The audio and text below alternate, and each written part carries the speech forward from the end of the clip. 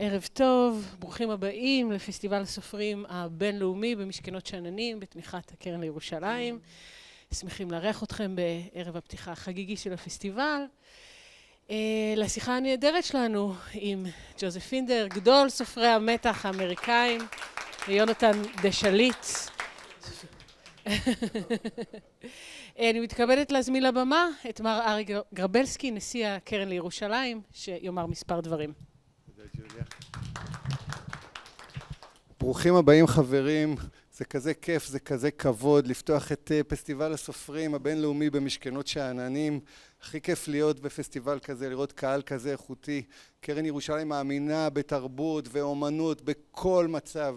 אנחנו מאמינים שזה החוסן שלנו, אבל עם כל הקושי צריך להצדיע לכל החבורה שהרימה את הפסטיבל הזה, לצוות של משכנות השאננים ולג'וליה היקרה. אם הייתם יודעים כמה זה קשה בימים האלה להרים פסטיבל, כמה סיכונים, כמה ביטולים, באמת להצדיע.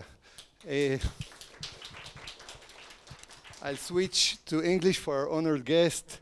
Joseph, for me, you see I speak without a page because I'm a big fan.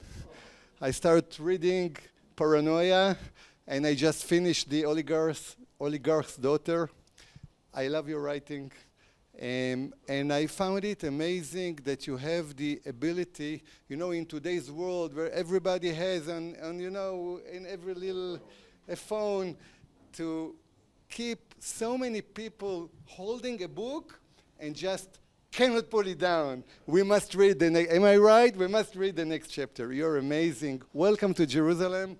And if I have a small request from you, maybe a book about Jerusalem. You're here, maybe you will get the inspiration. We also have another talented writer, Yonatan Shallit. Yonatan, I loved Boged. Is a great book.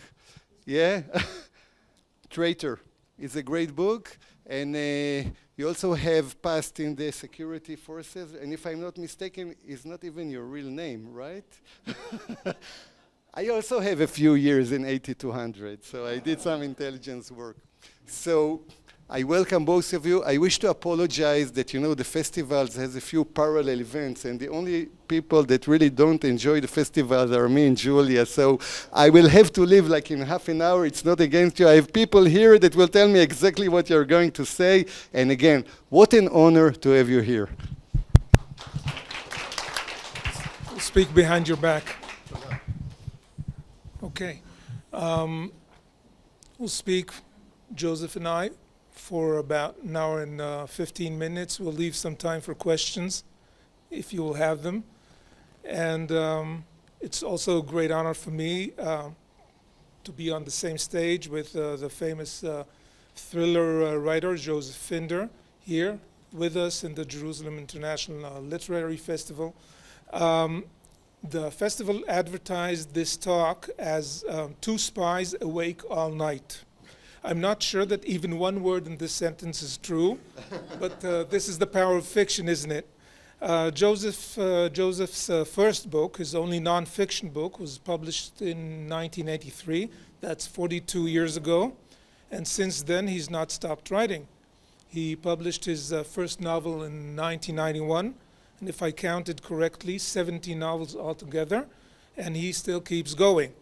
His books are huge bestsellers. Two of his books were made into great movies with fantastic superstars playing his characters.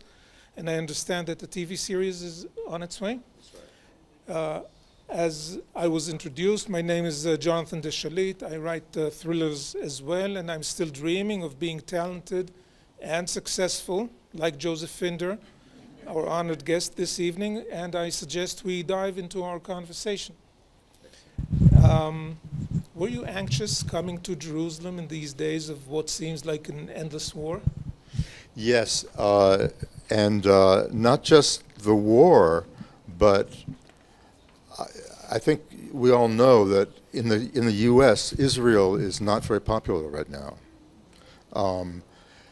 60% of Americans have a negative view of Israel.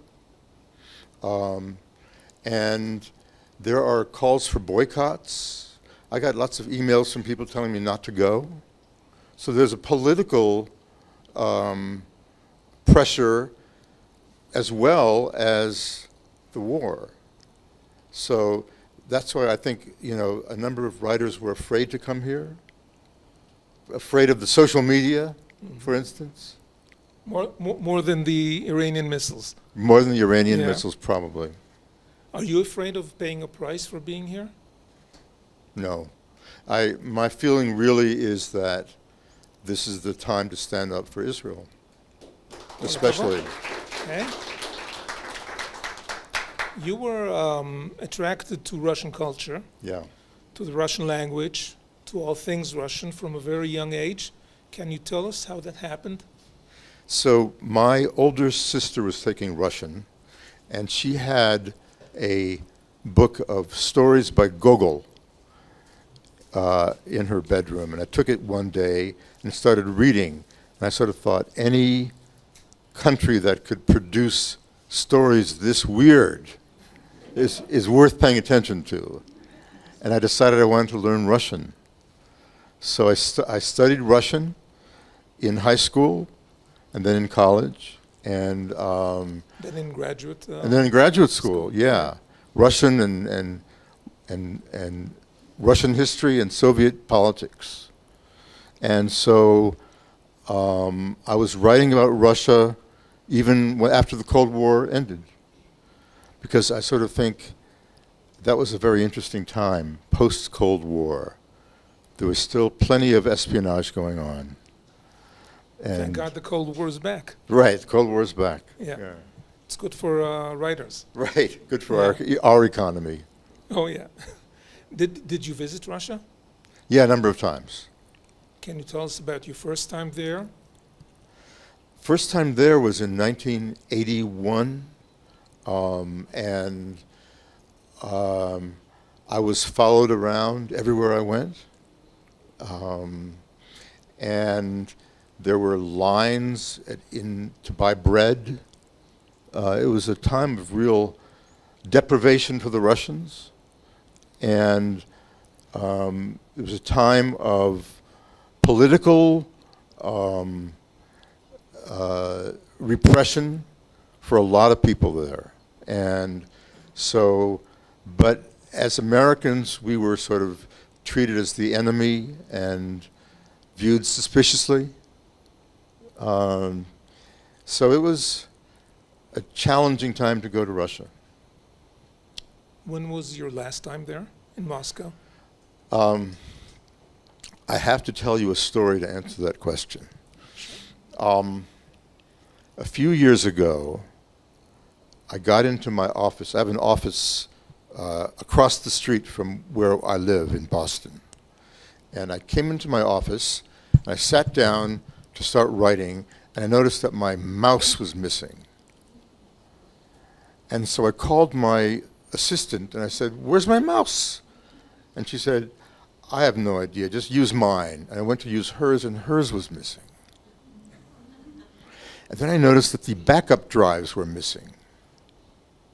And I called a source of mine in the Boston FBI office, and the FBI came and investigated, and they said I had been broken into by the Russians. And the guy said to me, "Were you on Russian TV recently talking about how corrupt Putin is?" I said, "Yeah." He said, "That's why." I was on Russia Today television, live, and I started talking about Putin, and they tried to cut me off, and I kept going. And I think this was their way of letting me know they could reach me anywhere. So the FBI told me not to go back to Moscow. And you never went back? Haven't gone back.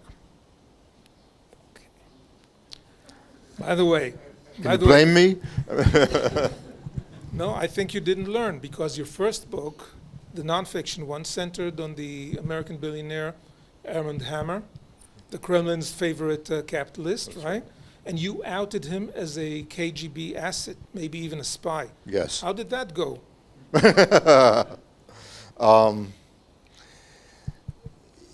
Hammer tried to threatened to sue me for libel.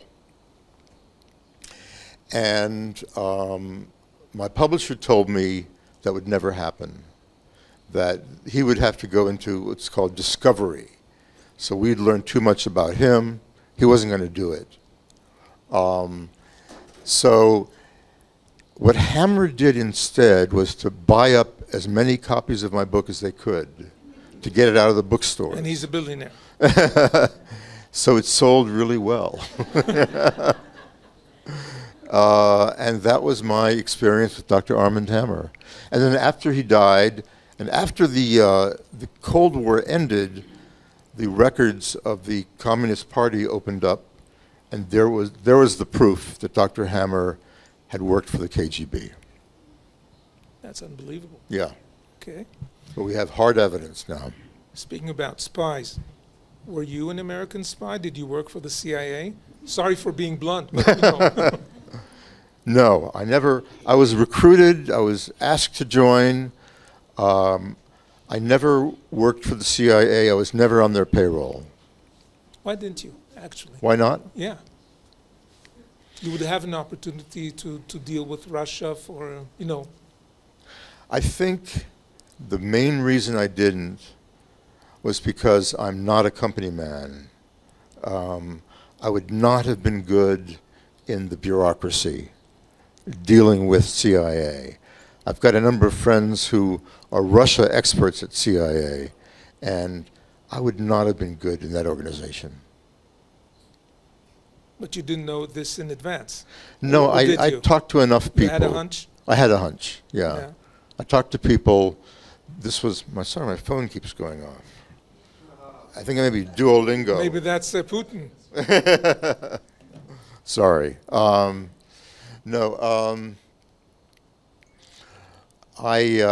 We were speaking about your spying. Yeah, right. I had friends who were recruited to CIA and joined because they recruited at Yale, where I went to college, and they recruited at the Harvard Russian Research Center, where I did my graduate work. And so I talked to people who worked for the CIA and decided not for me. Yeah. Well, we gained. We gained you as a writer. I decided to write instead, to make it up. No, this is what, you know, John le Carré, which is also perhaps the best spy writer ever. Mm-hmm. He was in the British intelligence service, in the SIS, the MI6, and he had to leave because of the success of the spy who came back from the cold. Yes. And one security officer told him, you can either be a spy or a writer. Yeah, and then he had to leave, and the world lost a small spy and gained a huge author. A terrific writer, right? Yeah. Amazing. Amazing. By the way, you are a member of former Intelligence Officers Association. I am. That's my cover. Okay. The Association of Former Intelligence Officers. They actually invite people to join who are not necessarily spies as well. Not necessarily former intelligence officers. So it's your front. Now, Yes, yeah, okay. exactly. What do they do? I mean, being part of this club. Well, part of it is propaganda for the CIA. Not bad. Part of it is social for these members of the intelligence organizations to be able to get together and hang out and schmooze. So you like it? Yeah, I do. Okay. As a child, you grew up in Afghanistan and the Philippines. I did. How did you get there? My father was a Fulbright scholar, and You'll need to unlock your iPhone first. I have a feeling that it's exactly. Sounds like someone's listening. There, I think that'll shut it down. So my father took us to Afghanistan, Kabul, and my parents worked in the American Embassy, and I was raised for a couple of years by our servants, by our Afghan servants. And I learned Farsi before I learned English. So I did eventually learn English. I've forgotten my Farsi, but I sort of figured this was, I became interested in foreign affairs and foreign languages that way, really. Yeah, because of that. Because of that, yeah. And then you moved to the Philippines. Started in the Philippines when I was a year, and then Afghanistan for several years after that. Sounds like a cover story. Okay. My dad would never have been a good spy. I mean, he was a professor of linguistics and an excellent scholar, but not a good spy. Because George Smiley was also a scholar Yeah. as a character, but he was a great spy. Yes, that's right. So So who maybe- knows? Who knows? Dig in. When did you decide that you want to be a writer? I think I decided when I was a kid. I think I decided probably when I was 8 or 9 years old. And my parents heard that and they said, no, please don't. And in fact, when I sold my first book, I called my grandfather up. My grandfather said, I said, "Grandfather, congratulations, I'm a writer." And he said, "Why?" I mean, it's harder now than it was, but it's not easy to make a living as a full-time writer. And my parents tried to talk me out of it. But my first book, The Moscow Club, the first novel, The Moscow Club, sold in the U.S. 500,000 copies. And all of a sudden, my parents thought it was a very good idea that I became a writer. You can make a living. You can make a living at it, yeah. And how did you choose to write thrillers? Because that's what I read. I read Le Carré, I read Frederick Forsyth, I read At Eric. what age? When I was in high school. Eric Ambler as well? And Eric Ambler, yeah. Graham Greene's entertainments, as he called them. Mm. Yeah. So I read a lot of thrillers and spy novels. And you wanted to be... And I write the wanted same. to do this, Yeah. yeah. I just wanted to do this. Did you read other books as well? I did, yeah. I had no choice. And what do you read now? I will read, I read a lot of contemporary thrillers. I read David Baldacci. I read Nelson DeMille is one of my favorites. Do you read American thrillers Sure, as well? of course. Yeah. Who do you read? Well, I'm rereading. Actually, recently I've rediscovered the classics. You know, not thriller classics, but I reread Anna Karenina again, and I read the Albert Camus, the French writer, and of course I read John le Carré. I think 2 years ago, someone, Yedioth newspaper, asked me to write an essay about James Bond because it was 70 years for 70 years birthday of Casino Royale book by Ian Fleming. Yeah. And of course I said, yes, I'll write about it. And then, to my shame, I discovered that I've never read any James Bond book. Really? I knew him only through the movies. Yes. Then I did read Casino Royale, Yeah. and it's a fantastic book. Yeah. Very well written, very different from the movies. So but I read a lot. Yeah. And I think it's Stephen King that said that. You have to, if you have want to to be a read, writer, you yeah. have to read a lot. You agree with that? Absolutely. Absolutely. So you still have time to read? I make time to read. Yeah. I just find that it Mark Twain talked about how you have to refill the tanks. And I believe that. You really have to. And one of the ways you refill the tanks as a writer is by reading. And when I read novels that are in my genre at all, I get ideas. I'm a difficult reader of spy novels. I mean, I sort of... In what way?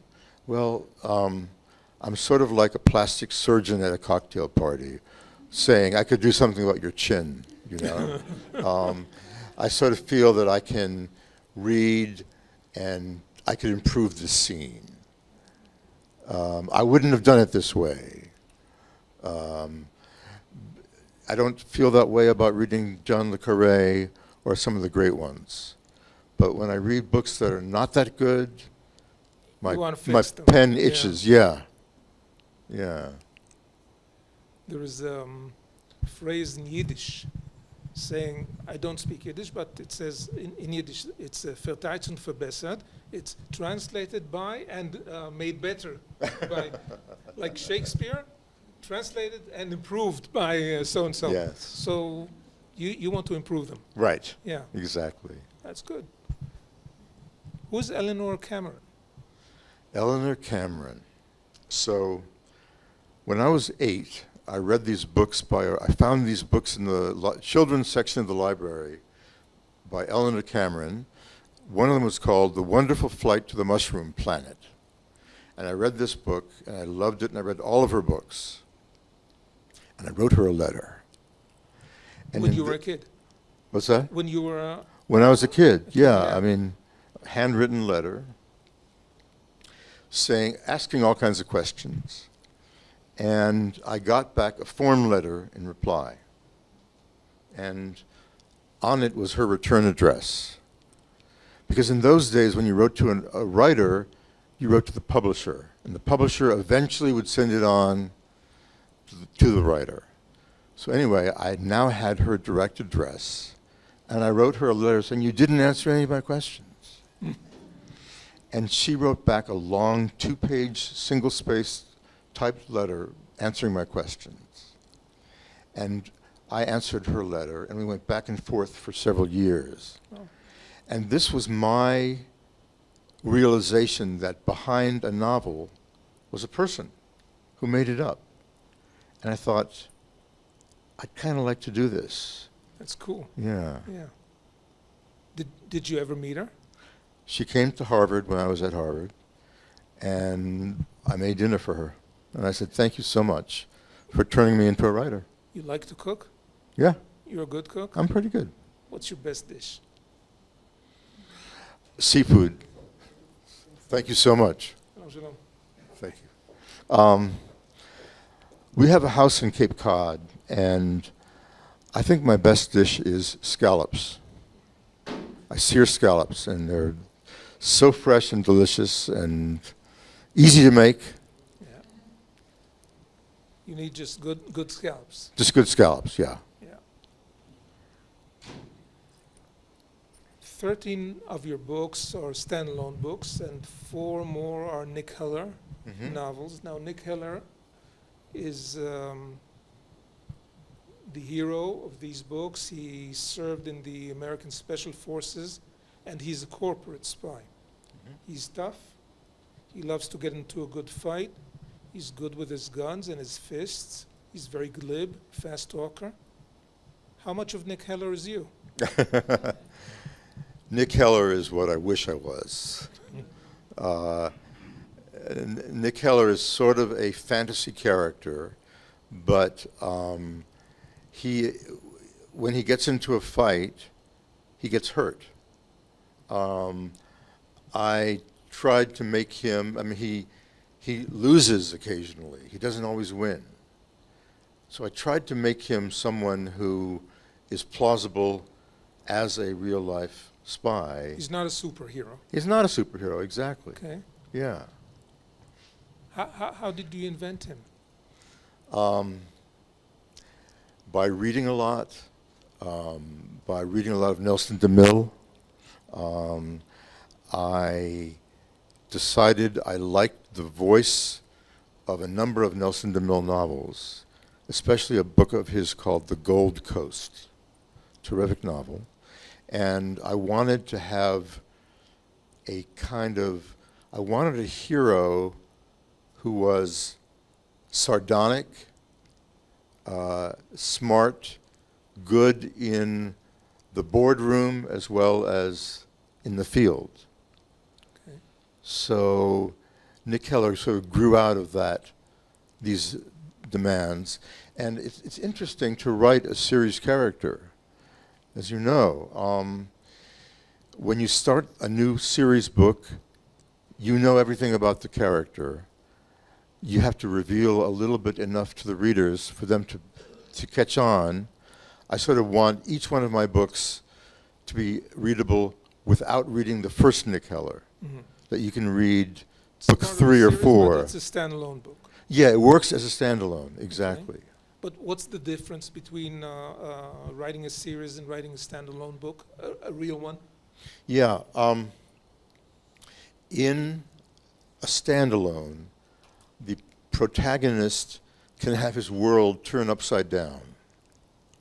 And in a series book, you can't do that. I think you have to, a series novel has to be an investigative book. And a standalone novel, you have the ability to sort of take one character and ruin his life if you want to. You can kill him? You can kill him, that's right. Okay. You're not going to kill your series character. And I'm not They going did to kill this him. in the last James Bond movie. That's right. But he'll be back, I promise.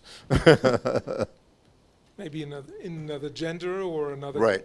another color of skin, but Right. he'll be back. That's right, I think so. 007. Guaranteed. But Nick He Heller, sells really well. Is there going to be more Nick Heller books? I think there will be. I'm right now writing a series, a new book called Town of Spies. I haven't really talked about this book, but this is It's between us. It's okay. You can say it freely. all off the record now here. Okay. Stop the cameras. Yeah. This is a husband and wife who both worked for the CIA and took what's called the Trump buyout. And now they are investigating the death of one of their colleagues. So these are a husband and wife series books, and I'm hoping to do more of them. So maybe Nick Heller will be, I'll bring him in. How do you choose what book to write next? Does your publisher have something to say about that? Or the public? It sort of, it depends on what I feel like writing and what I think people have responded to. And I have to write something that's going to keep me excited while I'm writing it, or I'm not going to keep the readers excited. I sort of have to be in suspense as I write it.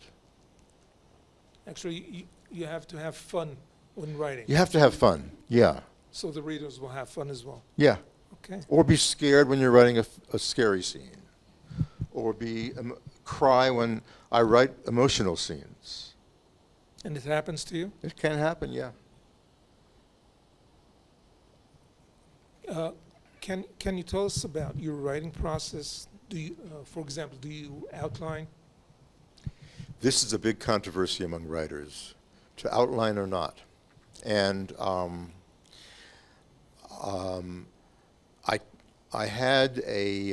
a friend of a writer named Lee Child. And Lee Child told me he never outlines. He just comes in every day and starts to write, and whatever happens, happens. No outline. And I said, I don't know how you do that. And he said, try it. So I wrote a book without an outline, and it took me 3 months longer than it should have, because I wrote all these scenes that never appeared in the book. So I tried next to outline it, outline my next book. And I found that, well, I knew Robert Ludlum. We had the same agent.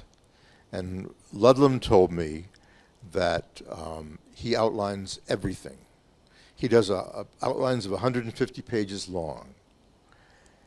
he said, that's the way to do it. And I tried it that way. And I couldn't write the book because I'd lived it already. I'd already done it. So I decided there's got to be something in between over-outlining and no outlining. So what I do is I outline the first maybe 20% of the book. And so I have a setup that I know is going to work. And then I sort of let go. So you know how it starts. Do you know how, when you begin writing, do you know how it will end? Yes. I don't start until I know how it's going to end. Okay. But I don't know necessarily how I'm going to get to that ending. I know how it's going to start, how I'll launch the book, but I don't necessarily know how I'll get to the end, but I know what the ending is going to be like. Do you do research? Do you have people doing that for you? I used to hire Harvard kids to do research for me, and the internet has made that unnecessary now. Well, AI too, yeah.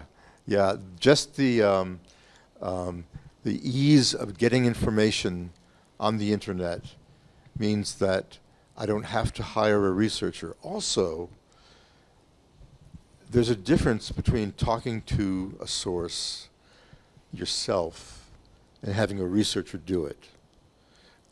You miss so much nuance, I think, if you don't talk to a source yourself. So researchers are not as good as doing the research yourself.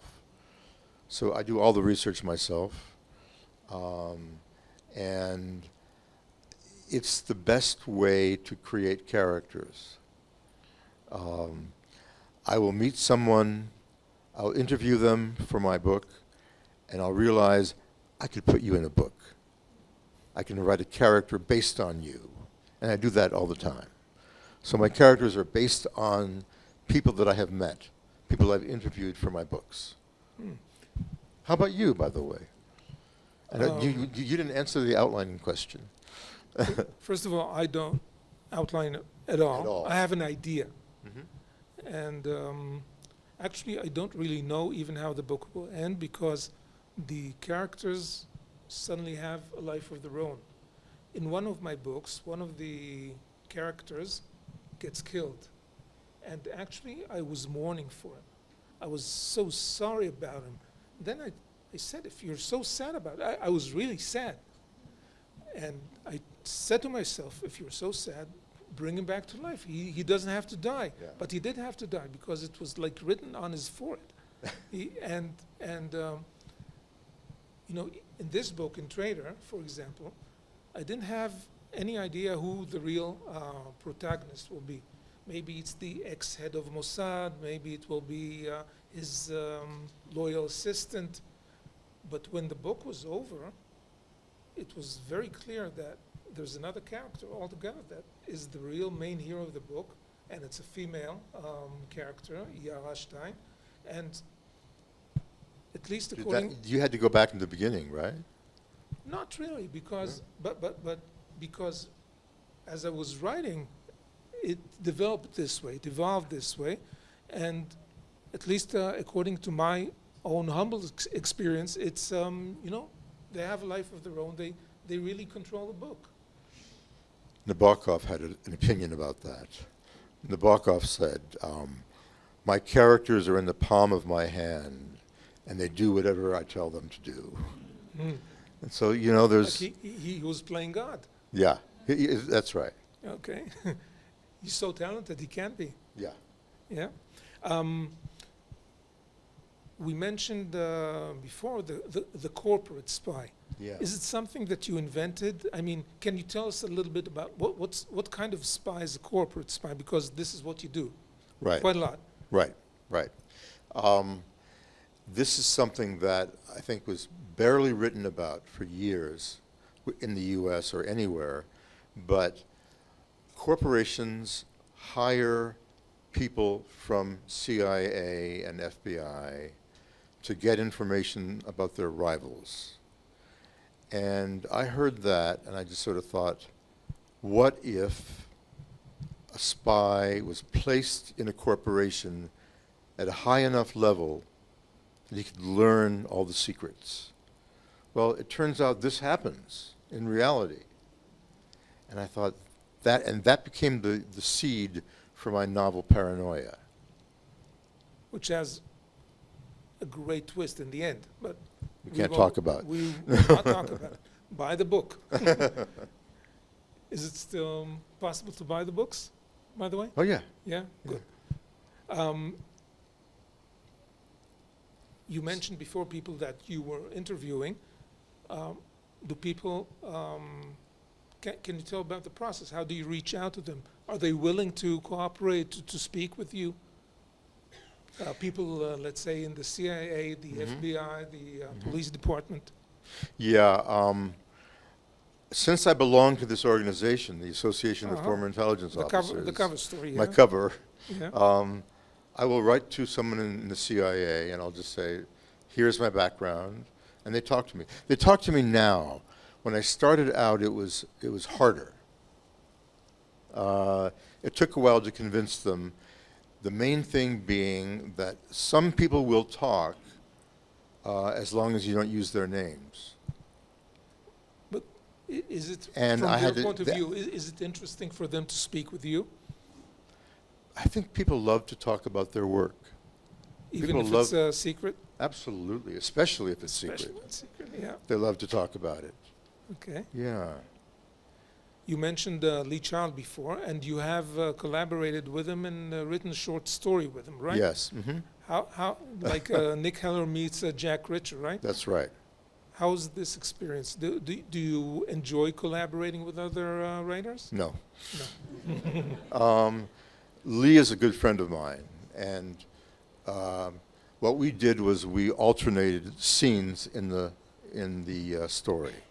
So Lee wrote a scene and sent it to me, and I emailed Lee and I said, "What happens next?" And he said, "I have no idea." And so I decided to make life as hard for Reacher as possible. And so in the Nick Heller scenes, he makes it difficult for Reacher, and Lee loved that. He sort of loved that back and forth. You didn't like it? No. I like being in control. I like being the Nabokov of my novels. I like being in control. Mm.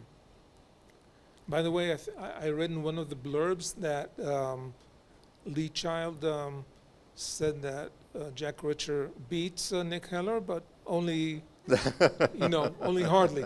Right. Yeah. Just barely. Barely, yeah. Yeah. Is that true? No. No. Okay. No. Nick would win.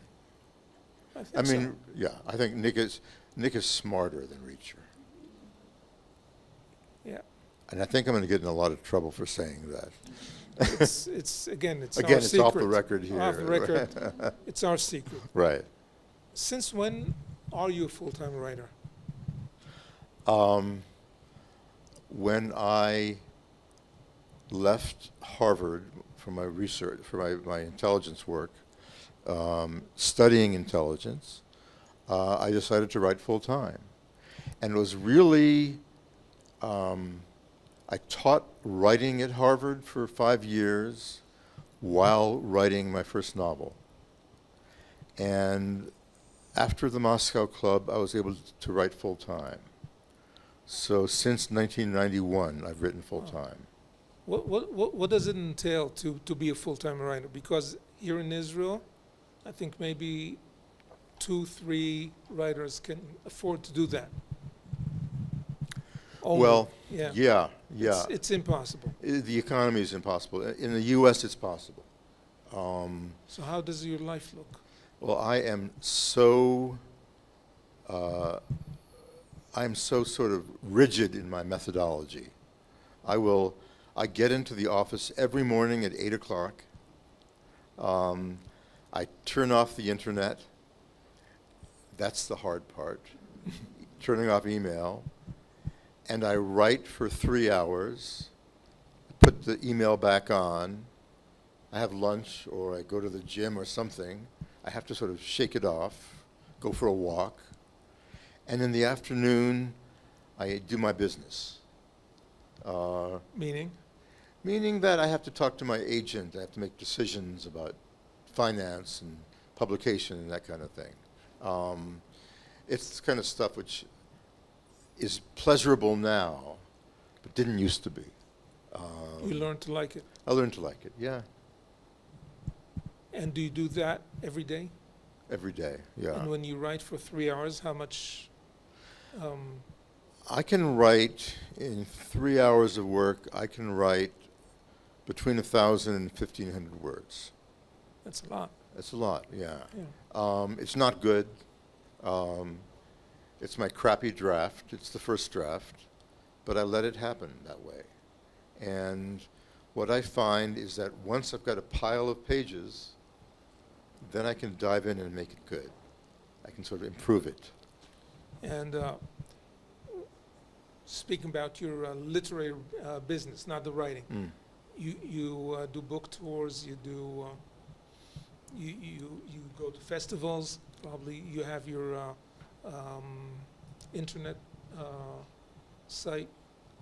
My website, Your yeah. website. Yeah. You work on that as well, or someone does it for you? I have someone do it for me. It's a good one. Yeah, I think it is good. Thank Yeah. you. So. But we're talking about going to, Let's say book tours. yeah. So you publish like a book a year, a little less more often than a year, now. Yeah. Okay. Maybe a book every 2 and then you years. go on a tour. Right. How Right. long? How long are the tours? The tour might be anywhere from a week to a month. And you go to independent bookstores mostly, and some chains. We go to Barnes & Noble and Borders before Borders close. Or Stematsky the day after Or tomorrow? Stematsky, yeah, on Wednesday, yes. I was told it was today, and I got nervous. I was, I'd missed it. So, yeah, I go to. Okay. I'm not speaking into the mic. No, you're good. I'm okay. You're perfect. Okay, excellent, It's excellent. experience. Okay. Yeah. So yeah, I go to signings, book signings. It doesn't actually make economic sense to do a book tour. So why do you do that? Yeah. So this is But by the way, let me ask: how many books have you sold? Like a ballpark figure. about 10 million, I would Wow. say. So you have 10 million readers waiting for you. No, there's No one needs this tour. Why do you do it? You don't need it to sell books. This is what No. I'm saying. the reason that I do it Yeah. is to help independent bookstores stay in business.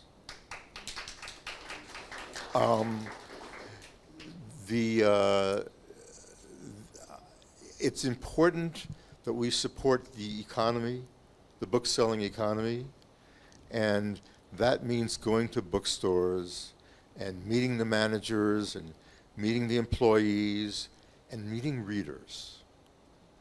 And people go to bookstores in order to meet the reader, to signings, to meet the meet the writer, and I think we need to be available to do that. Does the publisher push you to do that as well? Yeah, yeah. Why? Because it's done, or They want it's part of the it's sort of ecosystem. Exactly. It's part of the ecology of bookselling. Mhm. Yeah. Although you said if it does not make economic sense to you, it does not probably make economic sense Okay. to the publisher as well. Okay. So this is you're asking a very difficult and good question. I think that what happens is you develop readers, and a reader, if someone loves your books, they'll buy your other ones. So I might go to a bookstore and sell 20 copies or 40 copies, and that doesn't make sense with the plane fare and all that. Yeah. But these people become readers of mine, and they will buy my next book, and there will be a demand when the new book comes out. And that way, it's sort of a long-term investment in readers. In readers. In readers, Yeah. Two of your books were made into major movies, and you mentioned the TV series. How did that feel? It's very cool to have your book turned into a movie. I had one good movie and one bad movie. The good movie starred Morgan Freeman and Ashley Judd. It was called High Crimes. And little known fact, I'm in it. There's a cameo? I get a cameo, yeah. Wow. I basically played a JAG officer, a military legal officer, and my job in the movie is to beat up Morgan Freeman. And they had someone else do it.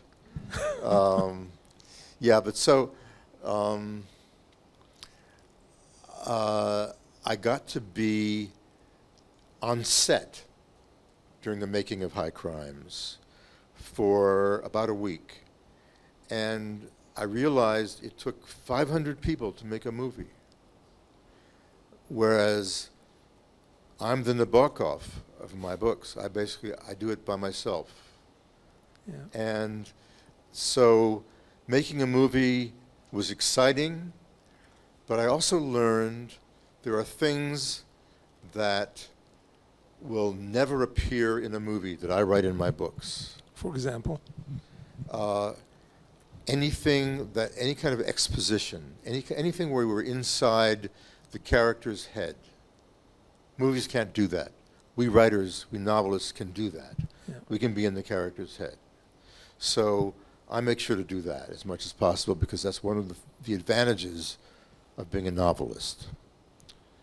And again, a book holds, let's say, 400 pages, and a movie is 2 hours. Yeah. And a script is about 120 pages long, double spaced. But maybe the real rival is a TV series. I think so. I mean, the President Obama has a company, and he acquired the rights to The Oligarch's Daughter. And it is it's in development now as a TV series, and I think the way And they'll Obama is the producer. the Obamas are producers of this, yeah. Unbelievable. Yeah. But of course, this is Hollywood. You never know what's going to happen.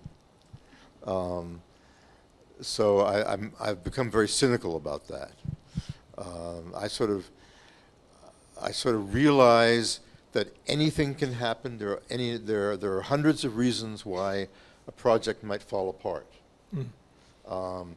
That's why I don't get my hopes up that it's going to happen. But if it does happen, a TV series is a great way to do it. I'm watching a TV series right now called Tehran, which is an Israeli series. Very good. You can really get into a character's head as much as possible through a TV series, I think. More than a film. More than a movie, absolutely. You mentioned that the other movie was not good?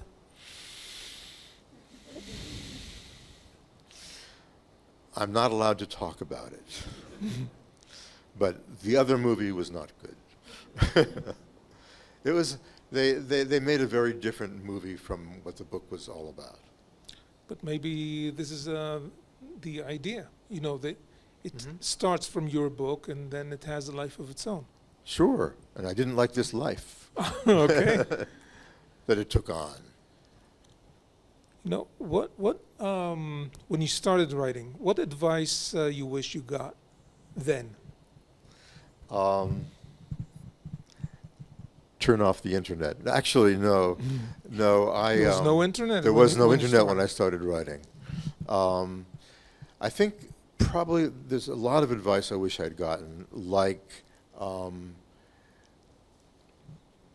just write a crappy draft.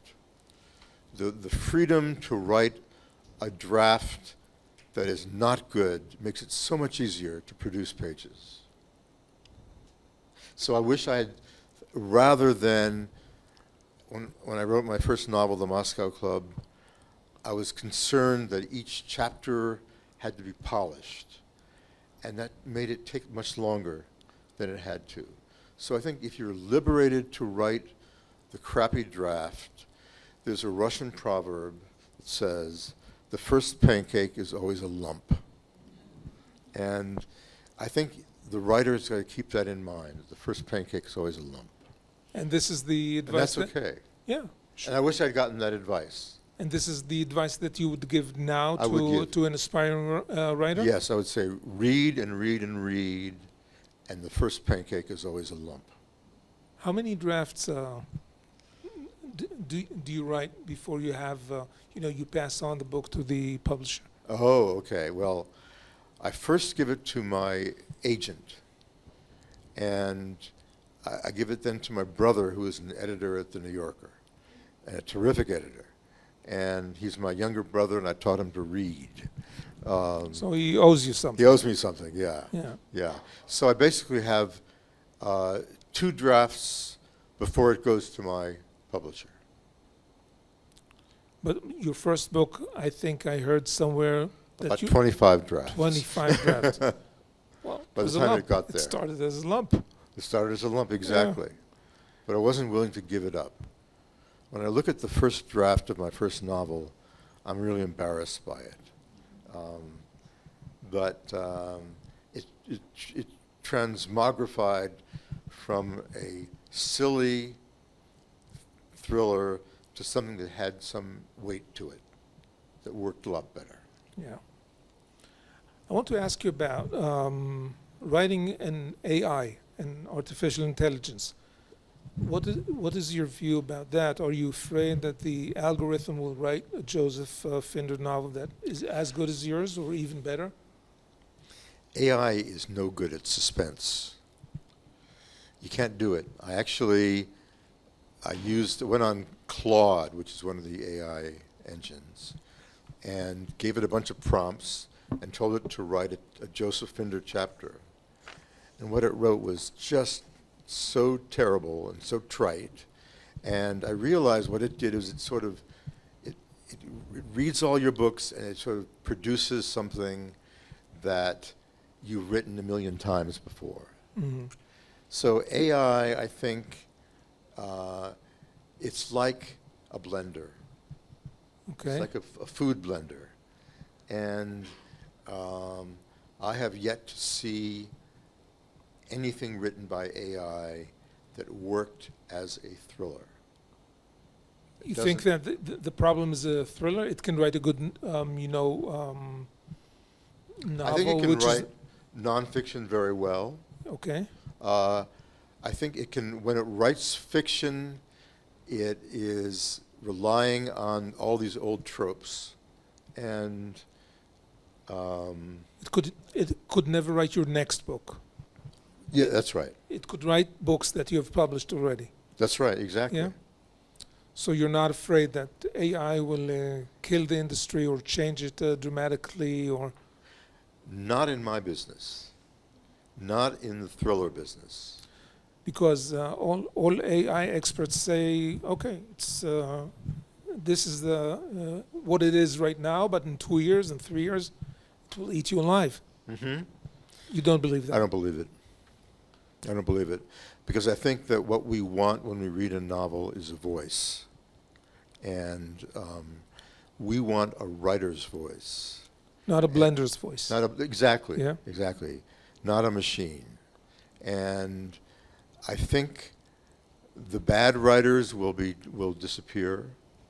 And writers who have a passion and a voice will succeed. Because we're doing something that a machine cannot do. But you can use AI for research. Absolutely. No problem with that. No problem with research, yeah. Yeah. Pardon? Mhm. It does, it hallucinates. We also hallucinate, though. Yeah. We make up facts. Yeah. You can't trust it. That's right. Into how many languages your books have been translated? The last count was 35. Wow. Yeah. Now, how do you feel when you have no idea if the translation is good or not? Do you have a sense of losing control? Yeah, I just have to hope that they have a good translator. And I have no control over that. My Hebrew is not good enough to know how well the translations work. But you trust the I trust Israeli my publisher. Yeah. That's what you have to do. You have to sort of say, all right, I give it to you. You're going to hire the best translator you can. And from what I've heard, the translator is very good. Israeli translators are very good, by the way. Yeah, I think so. I think so. Well, that's what I've heard about mine. So Yeah. So this is a matter of trust. I mean, you do You have lose to. control. you have to. Mr. Nabokov is just has Nabokov to is- let go. Right, exactly. Okay. Nabokov didn't live to see AI. Your last, I wonder what he would have said about it, though. Something very clever. I'm sure. Your last book was The Oligarch's Daughter, and the oligarch in your book is, of course, Russian. Mhm. But are there American oligarchs? Are they dangerous as the Russian ones? American oligarchs, and they do exist, have a lot more power than Russian oligarchs do. Russian oligarchs under Yeltsin really ran the show. Oligarchs under Putin are under his thumb. They don't have that power anymore. They have their money, but not They have the money. political power. Yeah, I mean, Putin made a deal with them when he took power, which was, you stay out of politics and you can continue to make money. And the oligarchs who were smart stayed out of politics. The Russian oligarchs who were smart stayed out of politics. But let's speak about your the American oligarchs. The American oligarchs do not stay out of politics. They're involved and they're much more powerful as a result. Is it dangerous? Do you think? I think it is dangerous. I think it's bad. Why, because they're not for the accountable, culture. or Because, there are maybe 20. And American newspapers and magazines are very concentrated in the hands of a few owners. I worry about it. That's why I like newspapers like The Guardian, which I know is not owned by a press baron in the UK. when you see American politics these days, are you you feel that you're in safe hands, good hands? I understand that Trump is very popular in this country. And he's popular enough in the U.S. to get elected. I think he's done great damage to the U.S., to our image abroad. Trump has basically done a lot of harm. And I think that information will come out about Trump. It may take 10 years, but we're going to learn some interesting things about him. I think when you go back to your room, you'll find that the mouse has disappeared again. You see why I'm not allowed to do interviews here? One of my, in a moment we'll have time for questions, right? Sure. But I have to ask you a very Israeli or even a very Jewish question. First of all, are you Jewish? Yes. Do you have family in Israel? Yes, I do. Where? In Tel Aviv. Uh-huh. Yeah. Do you love us? It's important these days. I love Israel. Of course I do. Okay. Yeah. Good I mean, answer. It's sort of, well, you know, there was a cost to being a supporter of Israel in the U.S. I hate to say it. Yeah. Okay, I think that we have now time for questions, so please, let's start with the lady in the back. You need a mic, or we'll... Yeah. Sure. Great. I can tell that Mr. Shalit doesn't mind graphic violence in spy novels because he likes James Bond. But I'm just wondering, because the level of graphic violence in TV series and in fiction has really taken off. I mean, it was kind of new with Mike Hammer, but since then I'm afraid to even open a book like that because of what I might see happening to men, to women, to whomever. What's your take on that? How do you deal with it? Because it does move product, as far as I know. It may, yeah. I find violence to be boring to write about. I don't think it's necessary to sell a book. There's difference between your main character getting into a fist fight with someone and someone being brutally killed by a gun, for instance. That doesn't interest me. I don't think it leads to an interesting book. So I don't really do graphic violence. I don't think it's necessary, and I don't enjoy writing it. Yeah. Lady here, yes, and then this gentleman. Two questions. One, do you think the corporate world is evil? Is this like an agenda for you? Because you wrote in several of your books, the CEO and the people in charge are really like evil.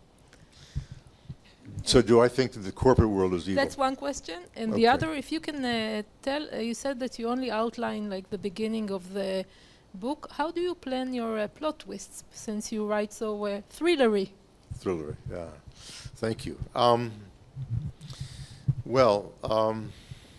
To start with your last question first, usually while I'm writing, I sort of think of what the reader is going to expect, and I'd go the opposite way.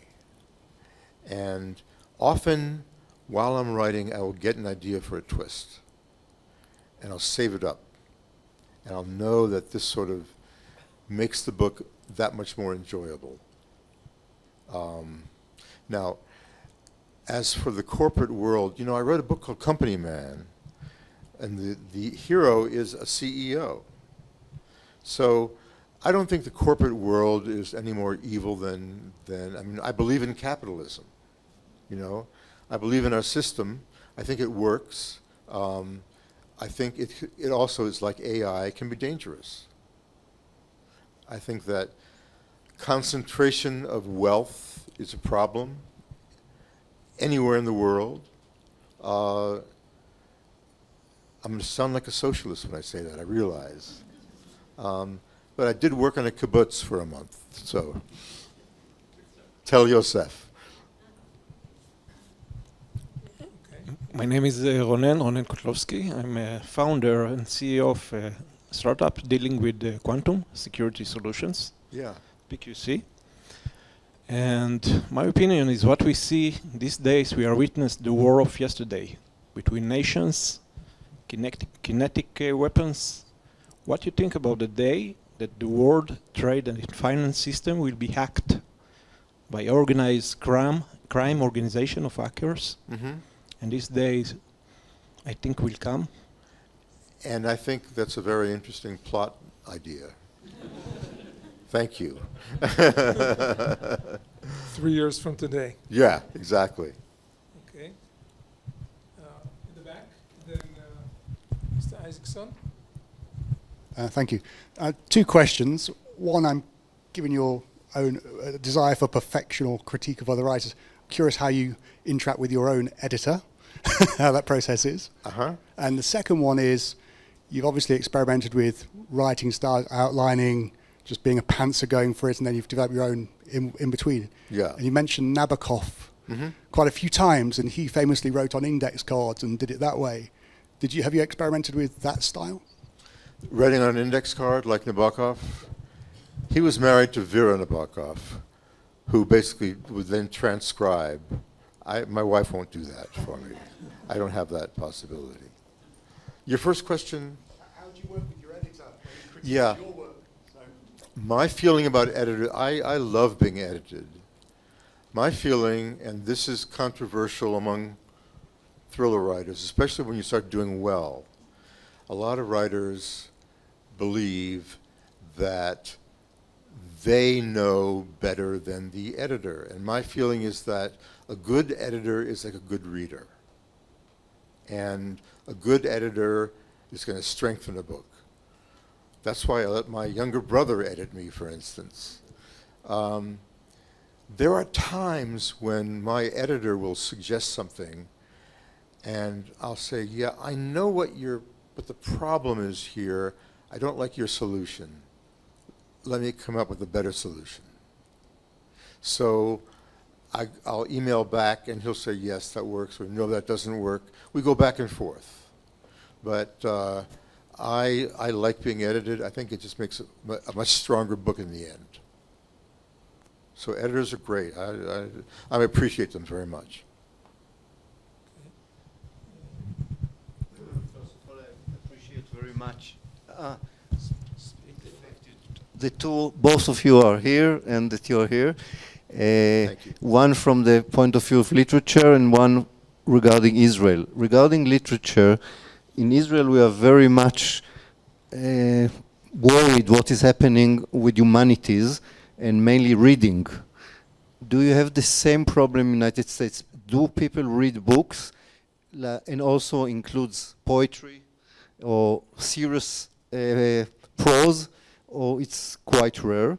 And regarding Israel, my question to you is, where do you see the turn point regarding Israel? This craziness now. Of course, we are not perfect. We do a lot of mistakes, whatever you like.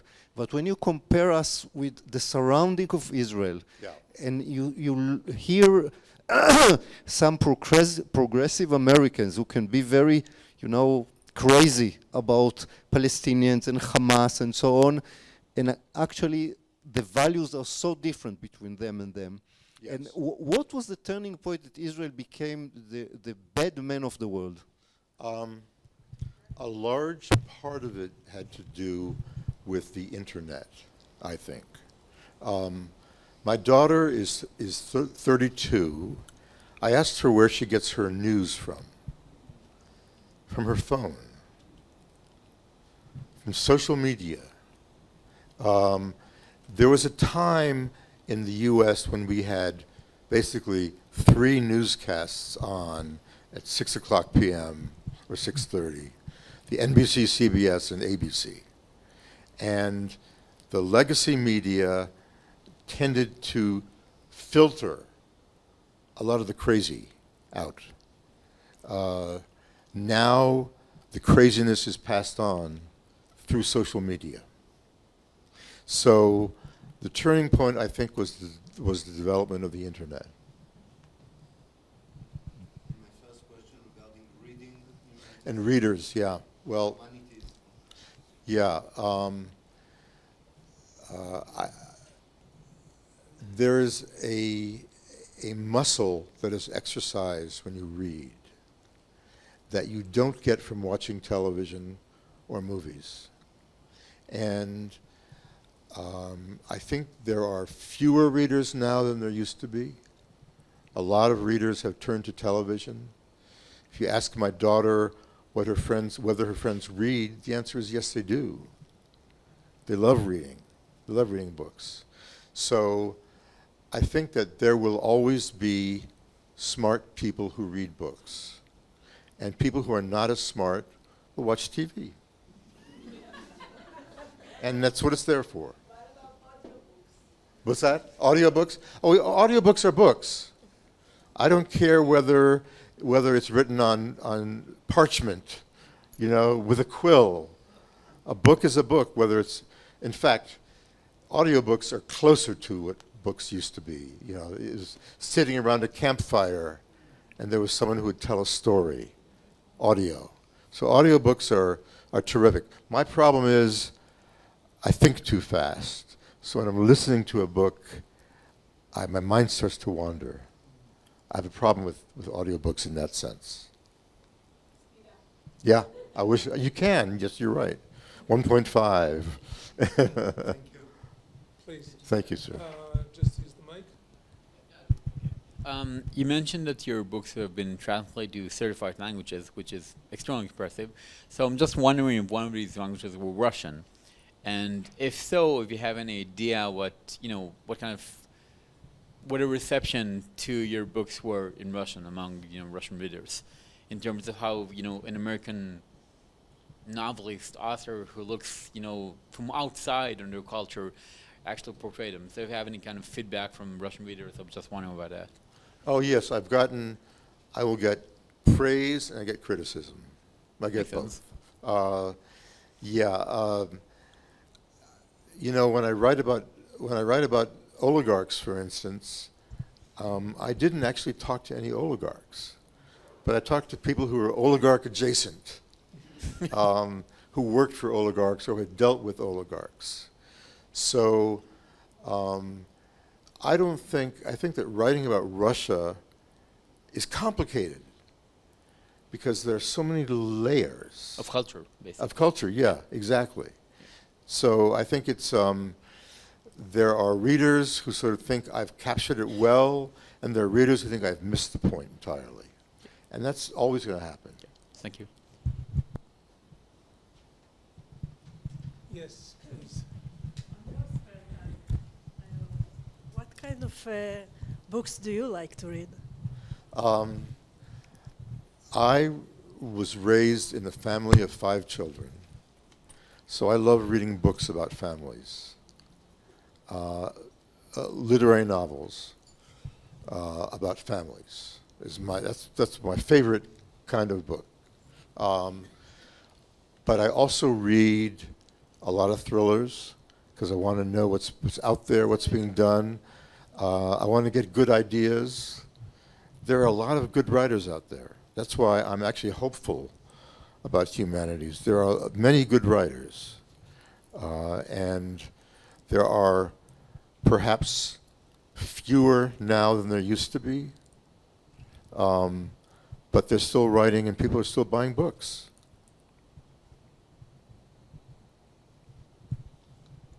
So I suggest that with this optimistic note, we will end unless there are any other questions. Joseph, I want to thank you for Thank you so much. very interesting talk. Thank you very much. Thank you for being with us. Thank you.